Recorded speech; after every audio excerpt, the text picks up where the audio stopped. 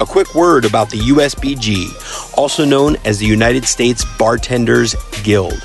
On Monday, April 16th, there will be a membership drive at the world-famous cocktail bar Alley 26 in Durham from 5 p.m. until 7 p.m.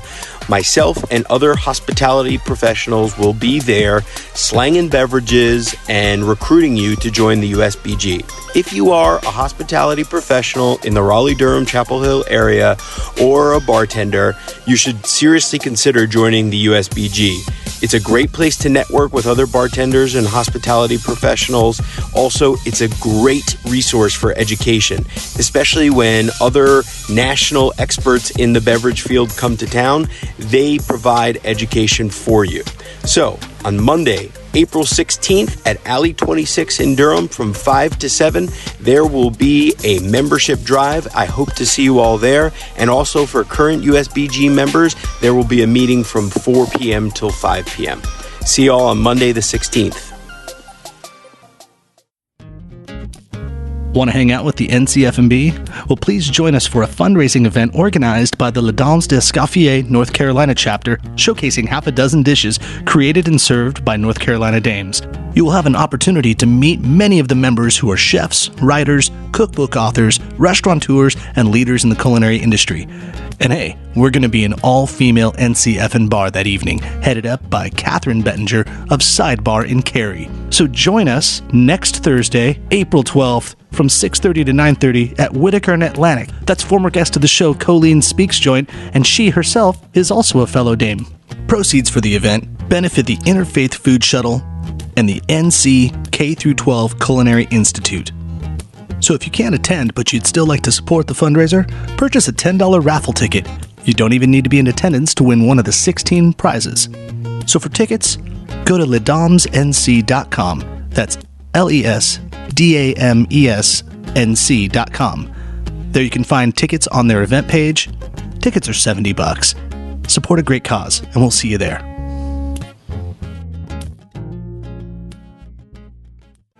You're listening to the NCF&B podcast, part of the OG Podcast Network. The NCF&B podcast takes you behind the scenes of North Carolina's food and beverage industry. Follow us on Twitter and Instagram at NCFBpod. This episode sponsored in part by Food Scene. That's foodseen.com. Providing professional photography, social media management, video production, and website design. And now, enjoy the show.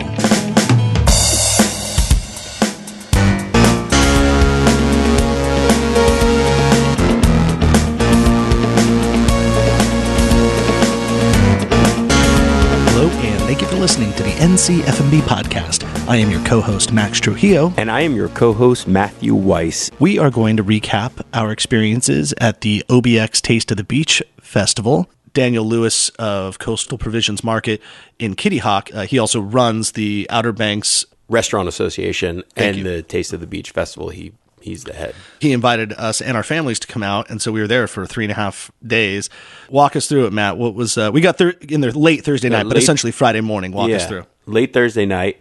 Then Friday morning, there was a barbecue cook-off. So it was a competition between wings, ribs, and then proper barbecue. And so... Yeah, what is it? Barbecue isn't a verb, it's a noun? Wait, no. No, it's not a noun, it's a verb. Yeah.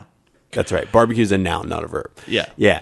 So Max and I were invited to judge this competition, of which was 25 courses broken up between, and sometimes you would get one wing, and some points you would get a rib, and then at some points you would get barbecue. Now, this is where it went because you're all supposed to be judging apples to apples, right? No pun intended. But sometimes the barbecue had coleslaw with it. Sometimes it didn't. So that changed things as well. That was a huge difference. Yeah, because it changes the whole flavors and everything. But it was cool, and I really appreciated that it was well organized. And it even said on the sheet that, don't talk to your fellow judges about the food. Talk to them about other stuff, but don't influence any other decisions. And there were 5 categories: sauce, aroma, taste, tenderness, appearance. Yeah. Which I really appreciated that. Like, it was well thought out. It was a well run competition, and 25 courses of barbecue. I'm pretty full, but there wasn't a bad one in the bunch, man. I mean, they were all delicious. I would have have to eaten say. any of them and been happy. Yeah. I will say, though, I am on a barbecue hiatus for a while. I know that's blasphemy in the state, but that was a lot. Yeah, we just overdosed on it. But we had, to round out like the whole judging, there were 3 other gentlemen that were on that are notable radio personalities. Well, one's a politician. That's right. Running for House Representative of North Carolina. That's right. And then the morning show radio guy, and then also I think the guy that does the weather. Yeah. And the traffic. We are on location at the OBX Taste of the Beach. And we are about to get into the judges' quarters with 3 other judges. They are local voices of the OBX radio stations in the privacy of a comforted area at the Point Golf Course. Barbecue and wings. We're going to taste about 27 different dishes in 5 different categories to judge them. All right, peace out. So, Matthew Weiss, we just ate, 25 different types of food? 25 courses of barbecue. Is that something what you like had, that. 25? Think about that, yeah. Give me some perspective. Well, I'll give you this perspective that, so it was every 5 different categories, 1 out of 10. Not one got less than a 6 from me. So they were all of very high quality. Yeah, there wasn't a dog in the match. No. I mean, there were ones I like more than others, but there was nothing that I wouldn't enjoy eating. Happy. Exactly. And it was just like, it's like an embarrassment of riches at that point. Yeah, I do think I quoted myself to say, this might be the greatest moment ever in my life. Do you guys have meat sweats yet? All I know is I pity that toilet later today. And we spoke with the owner of Weeping Radish, the original brewery of North Carolina. He talks about the style of what he's doing and how he was the only kid on the block back in the day, and now we're like 280 different breweries in North Carolina. This is the first one. So, and fittingly, that was the culture we were drinking during the barbecue competition. That's right. Yeah, we just had like a little 2 beers to wash all that barbecue down, and it was the perfect light, Kolsch, just easy drinking. And this segment is brought to you by the Triangle Wine Company. Visit Triangle Wine Company stores in Morrisville, Cary, and Southern Pines, North Carolina. Or order your wine and beer online at trianglewineco.com. And be sure to use our promo code NCFB to receive 10% off your purchases. Triangle Wine Company.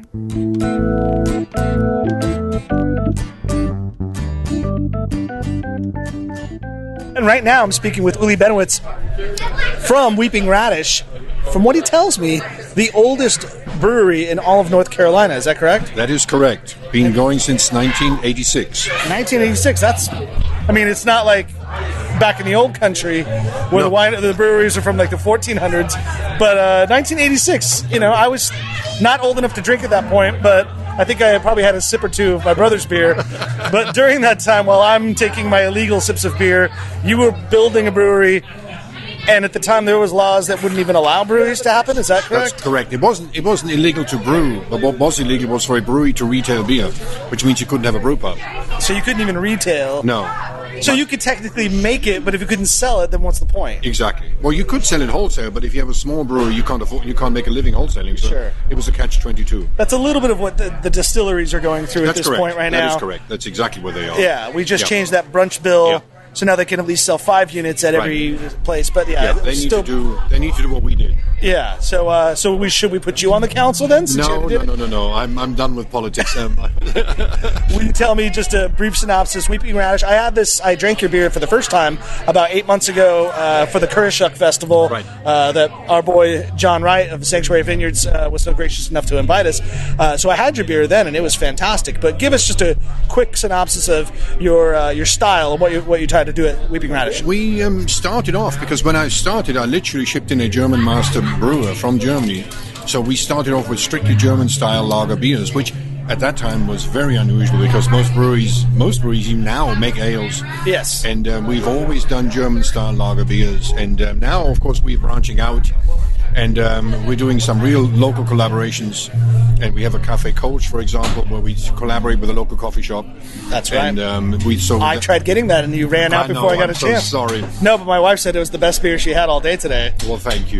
And I believe that what I'm drinking right now, remind me what I'm having. Maibach. The Maibach, that's right. That's our seasonal one we do every spring. And we do a bunch of seasonals, and then we have our mainstays, which is our Carolla Gold and we do a very unusual IPA. Our IPA is not the bitter version, but it is a much milder version of an IPA. Fantastic. Which is a bit of a European touch to it. Is that what the cool kids are calling more session IPA? Is that lower ABV yes, able to drink more in one sitting? Exactly. Well, I mean, the whole thing with beer is you either make it's when you judge beer, it's either drinkability or impact. And a lot of beers are brewed for impact, meaning you take that first sip and it really hits you. We do the opposite approach. We think drinkability is what we're after because, this is what the Bavarians do in their beer fests. Sure. They drink lots and lots of beer, but they don't need to have an impact beer because in a big beer tent, you only have one beer, period. So who's worried about impact? It's just drinking beer. Exactly. It's drinkability. It's smooth. That's what this is all about. That's where I get into trouble because I don't mind an IPA, but when it's 8%, you drink 2 or 3, and then if the alcohol doesn't get you, the sugar will. And that's exactly right. And that's really my point. We have a restaurant. Right. And we want people to enjoy beer and stay there. Right. And that's the exact issue of impact. Now, if you are only wholesaling and you have a competition and you have a judge and you want the judge to remember your beer, well, then you're more after impact. Right. You got to wow them. Exactly. And this is the wow effect. And this is what we know. We talk about that in the wine world where, Robert Parker will grade these, really sweet and high alcohol Zinfandels or Shiraz. Yes, exactly. When, among 50 wines, it's going to stick out just because it's overbearing. I mean, put it this way, Matt and I just judged the barbecue competition, and the ones where they were deep fried and loaded with, salt and sugar and everything. Yeah, those stuck out. Yeah. Luckily, because Matt and I have a fairly refined palate, we were able to see through that and look for the actual flavor and the texture. That's exactly right. You look through that and really see what's sustainable in the long term. And it's interesting for us now, having watched this beer scene for 30-something years. I'm clearly seeing a swing towards more sustainable flavors. It sounds like it's going that way. I mean, it really is. But then again, at the same time, you do get the guys like, the wicked weeds of the world, where they're kind of knocking you out with as big of a pernicious and all that. They're good beers. They're well crafted, but they're in the complete opposite direction. And I mean that works in college towns. In college towns, you want to have the highest alcohol beer for the cheapest price. That's what college kids want. Well, I think Dave Matthews Band sounds better with IPAs. It does indeed. Whereas maybe Polka might sound a little bit better with some Weeping Radish. That's true, and we're more the Polka side. There you go. Well, thank you very much again. So if you're out in Currituck, we're talking Outer Banks, go to Weeping Radish. It's the original brewery from North Carolina. We have the longest word ever. It's called Weeping Radish Restaurant, Brewery, Butchery, and Organic Farm. Now, that isn't a mouthful, what is? So Esquire. I put that at the end just because. Thank you very much. Not at all. Take care. You.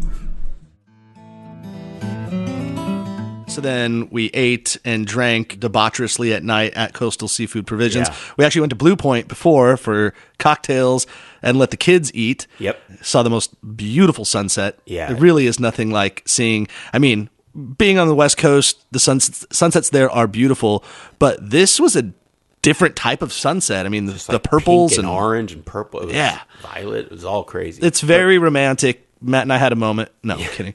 But I have to say, it's odd, and we discovered this and we talked about this a little bit. Outer Banks is its completely different entity. And, we'll talk about this a little bit later, but nobody talks about, Outer Banks is the Outer Banks, and even the guys there who were judging it with us said, the Outer Banks identifies more as Virginia than it does North Carolina. And physically, landmass-wise, I think they're actually more in the borders of Virginia than in North Carolina. They're connected. Yeah, they're connected, whereas you actually have to cross bridges from, the landmass of North Carolina to get there. Yeah, because we're duck. If you keep going up to Carolla, which is funny, that's spelled the same way as Carolla, but you keep going north, you will cross the Virginia border, and now you're in Virginia on the same island that then eventually, I think it does connect via bridge, because I do think that is one exact island. But it is weird. Carolla, and the airport they fly out of there is Norfolk, Virginia, as opposed to... Watch your language, Matt. Anyway, so that whole thing was interesting, being there, even though the barbecue is very North Carolina-centric. Yeah. So but it was good because they had you, the New Yorker, and me, the LA guy, but then 3 locals that knew it. So I think that it was a good cross section of judges. And I think you were the same way with me, but the guy that won, which was at Roosters, was who I gave the highest vote to. So I felt like, I was like, cool. Well, the one I picked. You felt validated. I felt validated because that was the one that won. I think you also voted them high.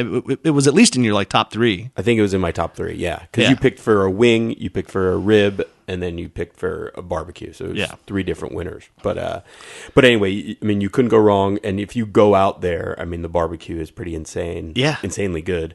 And then Blue Point was great. Coastal Provisions was great. Great oyster bar. It's a cool little wine shop as well. So you just buy retail, and I don't even know if they charge you a quart. I don't think they even charge you a quart. They didn't. So the retail was like $19 for a sparkling. Yeah. That's what you put on your check, and you could just drink it there. Yeah, and then we drink champagne and everything. So yeah, but even cooler than not even cooler, but I guess more awakening because barbecue is great, and I'm a huge fan of barbecue. But the next day we judged the chowder competition. Yeah. And that one was a little bit more controlled. There was only about 15 I think there was entries. 11. Oh, 11. It was supposed to be 13, but somehow 2 didn't make it or something like that. Yeah. But chowder is just like, you think red and white chowder. You think New England clam chowder, creamy and whatever, and you think Manhattan clam chowder, red sauce and more broth-like. Yeah. But these were like all different iterations of chowder and different seafoods, and the only main rule that you had to put in your chowder to qualify it as a chowder was a seafood component. So yeah, there was creamy ones, there was broth-like ones, but the guys were throwing curry in some. That was my favorite. There was a curry with sausage and was it conch? I think you're maybe I'm confusing too. There was a conch one that was really 11 good. chowders, people. Yeah, but the curry with the sausage, and I forget the seafood component, but that was my favorite. Yeah, and I think the guy that won did a lobster. Was it the one with the poblano pepper and the sweet potatoes? Oh yeah. But it was with lobster, right? Like that was the component. Yeah, the seafood component. But we didn't know who actually won because we took our families to the aquarium. Yeah, that was cool, and that was really amazing. So it's fun, and that's it was amazing. So we brought our families, but we were able to have all this great food, and the kids and everybody were eating as well. But then we took the kids to the aquarium, and that was fun. The kids are swimming in the pool. We're watching the sunrise. We're watching the sunset. Eating everywhere, and then even finished, we had an amazing oyster paired dinner that Dan Lewis put together at Coastal Provisions Market that evening, that Saturday night, which was unbelievable. And hats off to you, Dan. Like he really thought out of the box on that one. Well, and he's a sommelier and a chef, and that's a unique combination in itself. Usually there's 2 people doing that type of pairing, but he knew exactly what the oysters were going to taste like, and he gave a great explanation, and we've talked to him about doing an oyster show, so hopefully that'll come up soon. Yeah. Because I would love for everyone listening here to learn what we learned about all the different breeds of oyster, and you're sipping the what did he call it, the liquor of the oyster, and that kind of gives you an idea of what the flavor is going to be in anticipation, and then you shoot the oyster. But every course was oyster inspired, and most of the dishes were served in the shell of the oyster. Even the dessert was served in the shell of the oyster. Yeah, candied pearl and everything. Yeah, but his pairings were spot on too. Like the wine I really enjoyed. He really knows what he's doing. So hopefully we'll get him on as to do an oyster master class, so to speak. Oh yeah, there you go. We also had drinks. We caught up with John Wright of Sanctuary Vineyards, and it was great to see him. His lovely wife, Brooke Mayo. Yeah, and kind of watched the sun setting, or a little dusky romantic table at Ocean Boulevard, which is apparently the pros pro of restaurants. Like it's the industry place to go. Place, which is literally across the street from the ocean. You have a great view there, and we didn't. And that's like Kitty Hawk area. It's kind of like right in the center of the whole island. Yeah, it's between Duck and Kill Devil Hills. Yeah, there you go. Yeah, which Kill Devil Hills, it's like a crazy name, but then actually your buddy, who's from Jersey or from New York, told us that Kill Devil Hills was named that because Kill Devil is what you'd call rum back in the old like rum runner pirate days, and off the coast of Ocracoke and Blackbeard. When you had an illness, you just drink a lot of rum and it would kill the devil in your belly. Yeah. And then, but they would also, when they would seize all this rum all the pirates would seize the rum, they would hide them up in the sand dunes in the hills. And supposedly, if you go through there, you might still, he's like, few and far between, but it's been known that you can find an old barrel of rum that... Imagine finding a barrel of like 19th or 18th century rum. Oh my God. I'd put a NCF&B label on it and sell that. Not a bad idea. That was cool. And then the next day we set up the NCF and bar. Yeah, it was cool. Let's just take a second before, you're going to see iterations of the NCF and bar a lot this year, thanks to some funding that we've been able to accomplish this year, with thanks to your listenership and a lot of people getting behind what we do and really shouting the good word for North Carolina food and because beverage. So many people have been listening to the show. It's made our show more financially viable to get sponsors. Yeah. So thank you to everybody that's listening, and still, please pass the word, share this with your friends, anybody. Again, if you listen to the show, I think you realize you don't have to be from North Carolina to get this. I think if there was a couple guys doing a really compelling show about Texas barbecue or just Texas food and wine, I would still listen to that too. Right, if they were telling great stories about how these people became successful. Yeah. So not to get too like commercially, but obviously you guys know a lot of distilleries around, some coffee places, and we mention them on every show, so I don't know if we need to mention them now, but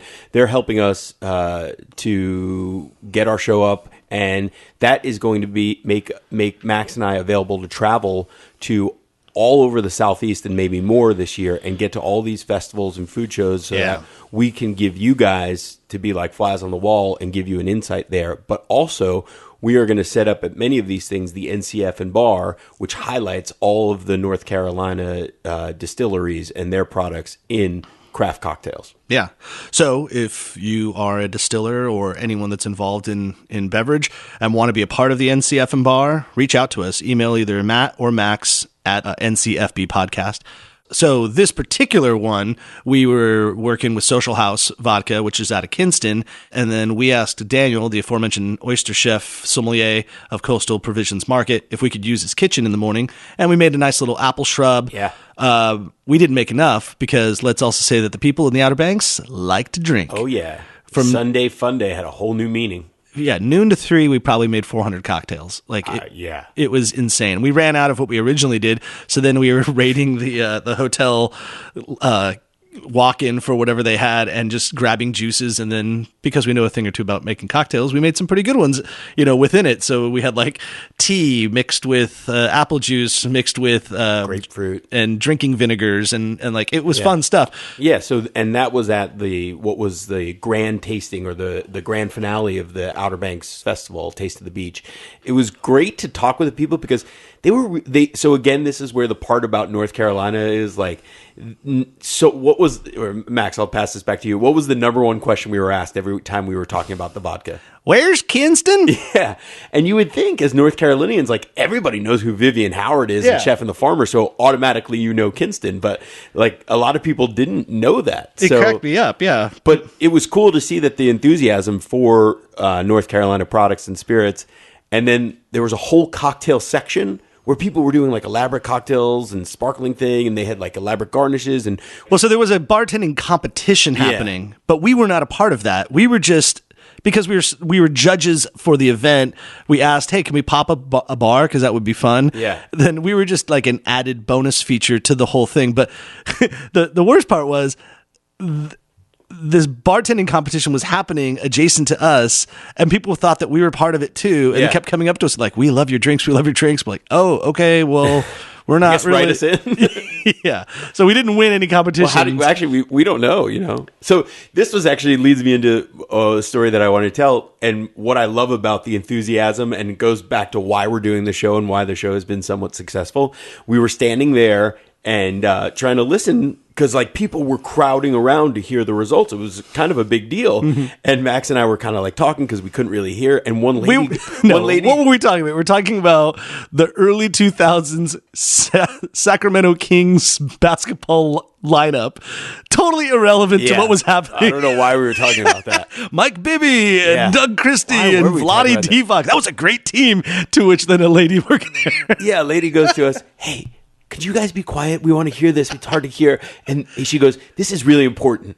And like, of course, we wait all year for this. Yeah, we wait all year for this. Like, of course, we felt like two scolded children and we're like, fuck you. But it was actually kind of cool that they actually cared about that. Yeah. I mean, we like basketball too, you know, Northern California basketball times, you know, but yeah, it was so, I don't even know why we got on it. Pesha Stojakovic and, I have no idea why we got on that, but that just goes. So if you guys, need a place to go and you're tired of the other beaches, it's a 3.5 hour ride. Don't get caught in the speed trap, like pretty much right on 64 when you're going. It's a complete racket. Is this Max has how gotten a ticket. your wife is I've going to gotten a find out ticket. about this? No, she already knows. Oh. Just like, she asked me, she's like, why did you get a speeding ticket there? I said, you know why? You know why I did, babe? I needed one thing for you to nudge me about. That's why I did. You gave her some ammo. Yeah. I was like, I just need, you know, like, you've been really like, just, you know, easygoing lately. Nudge me about something else. That's why I got the That's speeding why, ticket. yeah. Like, who says that? Why did you get the speeding ticket? Yeah. Well, I was going 69 and 55. That's why I got it. Yeah. Is that what they clocked you at? Yeah. That's exactly what I got. 69 and 55. And as you said, Which the guy kinda clocked makes me the feel like- other way. Oh, it's such a racket. It's dude. fake, right? Oh, and then you get I've already gotten, as you said, the 10, you know, letters from lawyers who get your address, unbelievably, because they know that you're not going to go fight it in court, so they do it for Edenton you. County so or if whatever any it is. lawyer will give you a plug if you help me fight that out there on the Outer Banks. Hey, I already wrote a Google review because I was happy with my lawyer. His team went to court. They battled it. It cost me $500, but that was inclusive of the ticket and his fee. So it made, like, I paid him $500 and he fought my battle. So he wants to get my charge reduced as much as possible because he gets to keep whatever's left over of the 500. And he got it reduced to like, vehicle malfunction, like my speedometer wasn't working. Right. Yeah, it wasn't working in the 2017 Volvo I was driving, but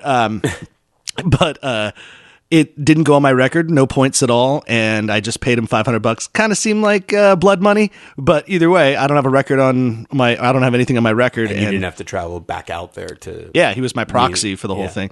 So, but well, we were you and I were headed back. We sent the kids and everyone went home because They didn't want to hang out while we were feeling under the weather, and everybody else was just like ready to get home. And but so we made it a point because, you know, we feel often that we're pretty triangle centric on the show, and we try to get out as much as we can. We got out the old Curate app. We texted Felicia what's good out there, and we made a little stop at Tap House. Yeah, we went to Tap at 1918, which is in the same section in Rocky Mount as Aini Rubistello's Taproom West. TBC West. TBC It's the tap room and tacos there, which that area is fantastic. And this is, again, not like a plug. This is just, hey, you guys should check this out. If you're going to be in Rocky Mount, they turned this like little defunct region. I don't know, there were like historical buildings. The one that we were in was once a doctor's office, and there's just old offices and colonial looking style houses in this one spot that were all flipped into the tap house, the taco house, there's a pizza joint, and there's another small brewery across the way. Yeah. But there's so many cool things. It's all new in old buildings that have this great charm. And great place to just go and visit. And the chef there. We talked to Chef Justin Gaines. Chef Justin Gaines at Tap 1918, and I have to say, it was like the perfect topper to a great weekend because we had a rotisserie Cornish hen, and then a black bass, which was the catch of the day, and the set that it was on, the sauces. Was just delicious. Like it was served in an iron skillet. Yeah, and I mean, it was like real food, and I think you quoted it best. Is like you could tell that the love was put into this dish. Yeah, this dish was served with love. So definitely huge endorsement for those guys because that's just really good food. But yeah, what a wild weekend, or what a wild week. That this is the first time that you and I, Matt, have spoken for a week, because I've seen that you've been out with Whitcraft. You were out chilling with one of the best winemakers in in like the Santa Barbara area. What's his first name? Drake Whitcraft. His dad was Chris. His dad passed, and he started making the wines in 2008, I think, was his first vintage. Oh wow! Because those I've always known, they're like super forward thinking.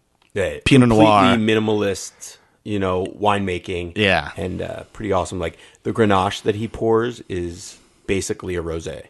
Oh wow! But he didn't do it that way. That's just the coloring. light on the skin. Yeah. Wow. This next segment is brought to you by Meredith College's Master of Science and Nutrition program. And today in studio, we are speaking with Dr. Jennifer McMillan right here in Raleigh at Meredith College. Thank you for having me. So I'm the director of the graduate program in nutrition at Meredith College. Why are we speaking with you today? Well, we're speaking today to chat a little bit about our program. For somebody that's looking to do this and is interested in, what are some of the advantages of getting an actual master's degree and going back to school versus just getting real life experience?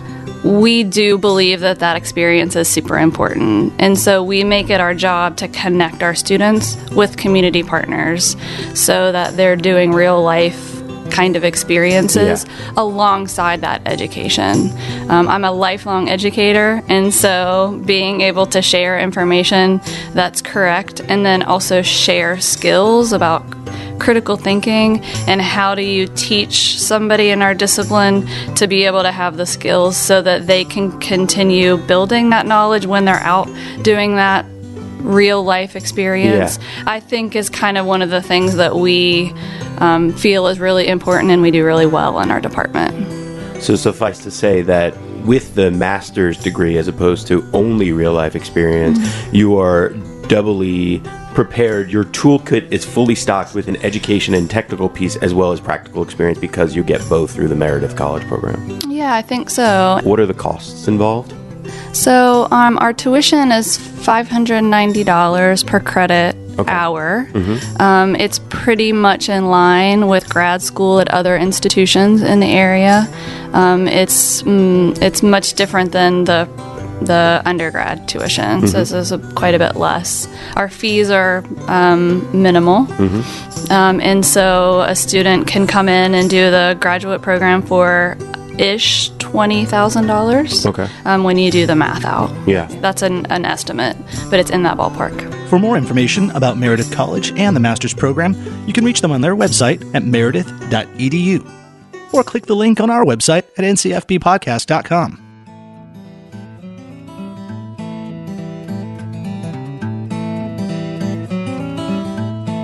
I was on the Adam Corolla show this week. So the previous week, anyone that knows me knows I'm a huge fan of Carolla, and I always quote all the things he says and everything, and it's kind of annoying to most people. But he has a master class going on where he talks about how to produce a podcast, and I just figured, maybe this would be kind of cool. As a longtime fan, I've never called into the show.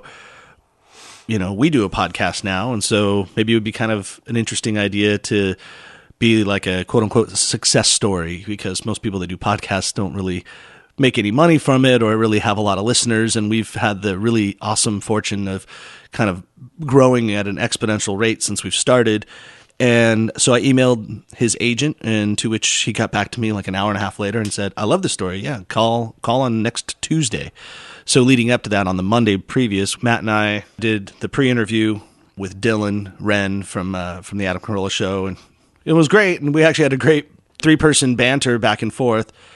And we talked about barbecue and wine and pairings and all this and a possible game we could play. And you were great, Matt, because I always defer to you with the wine questions, even though there was a time when I really had my wine skills up to date. But I've kind of it's tough to You can't be everything to everything.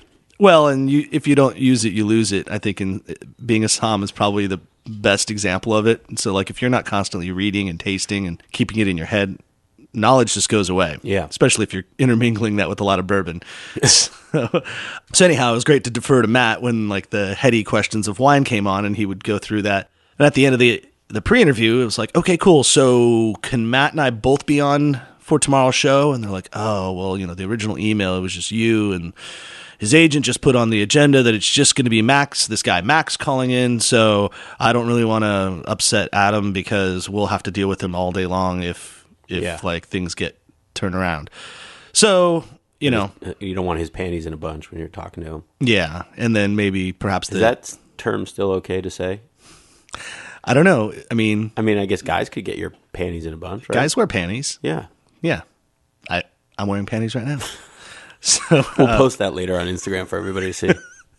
So then you were on the Carolla show, like dream bucket list, dream come true, the whole thing. Like, were you super like energetic and nervous going in? You sounded pretty calm on it. Oh my God. Like my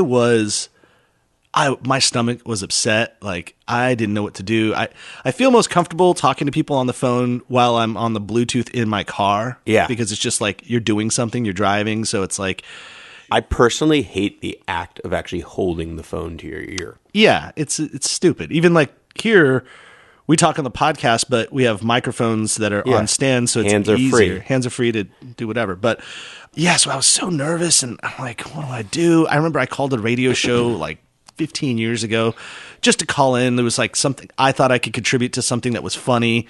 It was Frosty, Heidi, and Frank on KLSX. And I remember just being really stupid. And I didn't project my voice very well. And it didn't come off very good. And it just sounded dumb. Did you do the thing where you're talking to the phone, but you're listening to the radio in the background, so you're trying to hear yourself at the same time? No, I did not do that. I did that the first time I called into the sports show, and it just like, I think I repeated myself like 8 times. But I think I was like 9 years old, so it was kind of okay. Oh, that must have been adorable. Yeah. No, I really was like, my stomach was turning. And so the family Trujillo, went down to Concord, North Carolina for Flavors of Carolina. It was a really cool food show. I mean, I took a quick break, went up to a hotel room, but I had to hold the phone. And I'm like walking around, I was pacing inside of the room. And of course, when I first call, the phone just is like out of order. And it's 5 minutes till. So I don't know what their system is, but I think maybe the phones don't activate until they're ready for you. Yeah. Because then I called again at like 3 minutes till and it still wasn't ready. Then I called 1 minute till and then it got me on. And so I spoke with Dylan, who we spoke with before. And he's like, "Oh, hey Max, just one quick thing. We had set up that we were going to do this menu competition thing, because anyone that listened to the Shannon Healy episode, Matt and I kind of messed around with an idea of like trying to guess what the other person would like, and we picked a restaurant menu. Both Matt and I discussed maybe this could be cool on the Adam Corolla show. Adam's going to be in Madison, Wisconsin for a comedy routine, and so we thought, well, let's do some homework there, figure out a good restaurant. Called a lot of people. I actually used the Curate app, which was pretty cool. Nice. So it's like shout out to Steve and the Curate app. And there were a few like multiples of people that liked this one place called Gray's, and I checked it out. It looked pretty cool. It's kind of like modern, decent wine list, and also, and it was right there downtown, like 0.3 miles from where he was going to stay at, where he was doing the comedy. And the intention was to play the game with Adam, and all the producers would be in it. So like it would be the newlywed game, except for food, where you would guess what Adam would order at said restaurant. Yeah. So he would pick in his head what he would order, and then we would say, well, this is what we think you would order. Yeah. So instead, like 10 minutes before I was going on the actual show, Dylan, the aforementioned Dylan producer, calls me and says, "Oh, hey, Max, good. I'm glad I got you real quick. For your segment, we're we're not going to do the game the way we're doing it. Just have a couple of menu items that you would pick for Paul Bryan, Gina Grad, and Adam Corolla, all 3 of them that are on the show, and like maybe just suggest like what you think they would eat." And I'm like, "Oh, okay." So now we're like awkwardly talking about Madison, Wisconsin, about a restaurant that I've never been. And they even, Adam goes, "Oh, so Max is from Wisconsin," which was... Yeah, Dylan. Yeah, as they introduced me, he's like, "We have Max Trujillo here, so I think Max is from Madison?" Yeah. Yeah, Dylan's like, "No, he's from North Carolina. He just knows you're going to be there, so he wanted to give you a good recommendation for a nice restaurant." Yeah. Anyhow, there was a good... So the whole segment was maybe 12, 13 minutes. It was way longer than I expected. Yeah. But most of it was Adam talking about gummy bears on ice cream for 7 of those minutes. But I feel like in hindsight, after kind of going through and actually letting him rant, made me more calm, because I'm used to hearing his voice listening to the podcast for so much. So then I was like, okay, cool, I got this. So then when he finally started asking me questions, I was able to really speak to like how I felt. And the whole point was to be like, "Hey man, thanks for kind of providing this platform of being a podcaster and letting people understand that this is an actual job. And you complete brown-nosed him, and he kind of called you out on it. Oh, he loved it. Yeah, he's like, well, Is he going to thank me again? Yeah. So, but it was all genuine. I mean, again, like, I mean, he had you on for plus 10-minute segment. That's years in Radioland. Yeah, and it's funny. I belong to like a Adam Corolla fan club thing on it's not a chat room. That's weird. It's essentially the same thing though on Facebook, and those guys are brutal. Like anything on the show, they're always like, "Oh, the show sucks now," and "Oh, this blah blah blah." "Oh, that last guest was horrible." Blah blah blah. But I still thought, "Oh, screw it. I'm just going to do it anyway." So I put a post on that. Posting saying, "Hey everybody, I'm going to be on the show tomorrow." And I rarely post on that, so no one really knows who I am. But I said, "I'm going to be on the show tomorrow talking about my podcast. I'll be prepared for all of your shitty comments." And it was really weird. And a lot of people right before were like, "Hey man, that's good on you. Cool. Can't wait to hear it. Good luck," which was really weird to hear all this positivity. And then when I was done, I received a ton of like congratulatory comments on that same post. Like, "Hey dude, we heard you on the show. You were awesome. You weren't like 99% of the other shitty callers that come in. You actually had something to say." Wow. So nice. Yeah, like it was super, reinforcing. It was cool. And so, yeah, like on the show, I mean, you heard it, Matt. How did you feel like I did? Yeah, I feel like you did good. You were really calm. You sounded confident. Of course, I have some buts, but please. I made some mistakes in the technical side. But here's the thing: the game got muddled, right? So that kind of like if the game was played the way that it was intended to do, I think it would have been a really fun segment. Yeah, but it got muddled, and then it didn't mesh with our mission. And so by way of that, you didn't really get to plug the podcast until like minute 10, but you gave it a nice plug. But then it was like, wait, who is Max? And like, as a guy, you sounded cool and like somebody who knew about wine and stuff like that. But so that was good.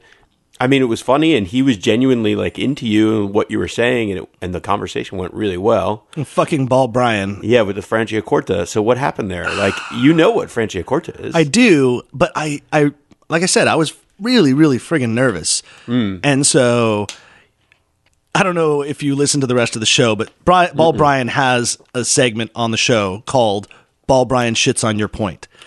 And he's known for being just kind of like a naysayer on everything, or just, he just flat out shits on your point. Like Adam will say, "I think that all people that do this also do this," whatever it might be. And Brian's like, "No, they Brian's don't." like, "Actually, I'm pretty sure they do almost exactly the opposite." And so it's like, it's kind of funny as a sidekick on the show, but I know that's, and he's just kind of a dick in general.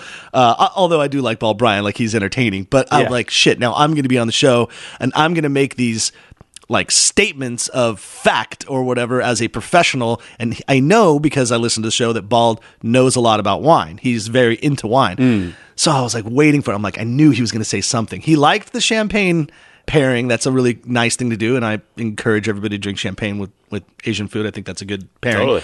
But he, let's not gloss over this, was incorrect with something. I said, champagne's great, but you also don't have to spend a lot of money. You can do a Cremant d'Alsace. You could do Cava, if you will. Yeah. And then Adam didn't know what Cava was, and Ball Brian decided that he was smart enough to tell everybody what Cava was, but he said, "Oh, it's sparkling wine from South America," which it is not. It is from Spain. Xarello, Chardonnay, and Macabeo, typically. So, on you. But then he goes, "Oh, I got one for you. What do you think about Franciacorta?" And like, I just drew a blank, like, what the fuck? And I go, it's a good table wine. Light, crisp. No, I just said it's a good table wine. That's all. And then he cut me off. He goes, no, it's not. It's an Italian sparkling. I got you. But I wouldn't expect any different because that's who that guy is. Right. But all in all, I think it was good. And I was able to say like the thank you parts and the technical parts, and hopefully even got through because of his masterclass. Like, this is the way someone could make a show. And what the whole driving point behind it was, you don't just make a show to make a show. You should have a point. You should go with what you know, and that's kind of what I said. And Matt, you and I, we know food and beverage pretty well. Sans the Franciacorta when you're nervous. And so we did a show that's about stuff that we're interested in, and because no one wants to listen to a show like this where it's just you and I talking, we always have a great guest on for 99.9% of the time. And so we feel like the stories of people that are coming in, are interesting no matter where they're from, but because you and I live or moved our families to North Carolina, it makes sense to talk about this burgeoning food scene because we are in the infancy, stages of an area that I feel in like 10 years will be recognized as one of the best food hubs in the nation, possibly even the world. So it's fun to be able to document this stuff as it's happening. And we have an angle, I guess, if you will, that we're talking about North Carolina and we're talking about food. And we're coming from guys that we're not raised here. We're from New York and we're from LA having a conversation. So there's a perspective that could be considered unique. And so that's why I wanted to get that across. Like, don't just have like a blanketed, we're going to talk about food. And it's so you need to find generic. A niche. Like would be a sports person trying to break in, just having a all-encompassing sports show. Or are you an expert on fantasy football? Yeah, like that would be a specific thing. Or like fantasy golf, Yeah, there you go. Find something very specific. And then you could branch out as time goes on, as we've done, because there are times when we speak with somebody like Andre Houston Mack, who's out in Oregon, or Raj Parr, West Coast, and whatever. We've had people that are significant entities in this world, Jordan Salcido in New York. But usually it relates to the fact that they're coming to North Carolina, or there's something to do with they're coming to the South or something like that. Yeah. I hope you guys enjoyed us just ranting about whatever. We will get back to our regular scheduled podcasts as we normally do it. But this was nice to just take a break. So things that we can take away from here, we're going to be on the road. We're going to have a lot of support from local North Carolina distilleries. A couple of things also. Max linked it in bio in our Instagram, so go check him out on Adam Corolla. It's a fun little 12 minutes. Yeah. Just listen to Adam Carolla's episode from Wednesday. On another note, so for any of you that did listen to the Shannon Healy episode, we want you guys to get involved as much as possible. We love the interaction. So if you guys want to play the menu game, we could play it with you also. So if you want to send us a menu and be like, and I'll reveal my picks and we won't look at them. We'll figure out technically how to do it, but let us know. Hit us up on Instagram. Yeah, maybe there's a restaurant that needs to be known and we haven't talked about it. Maybe it's in a region that we haven't gone. So, Matt? Keep listening, everybody. You will eat and drink merrily. And thank you for listening to the NCF&B podcast. I am the voice, Brian Hoyle.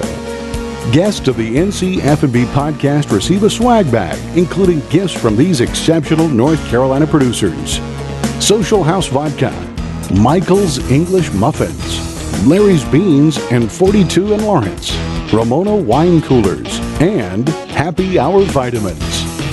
Thanks for listening to the NCF&B podcast. And if you've stuck with us this long, review us on iTunes and remember, 5 stars are encouraged.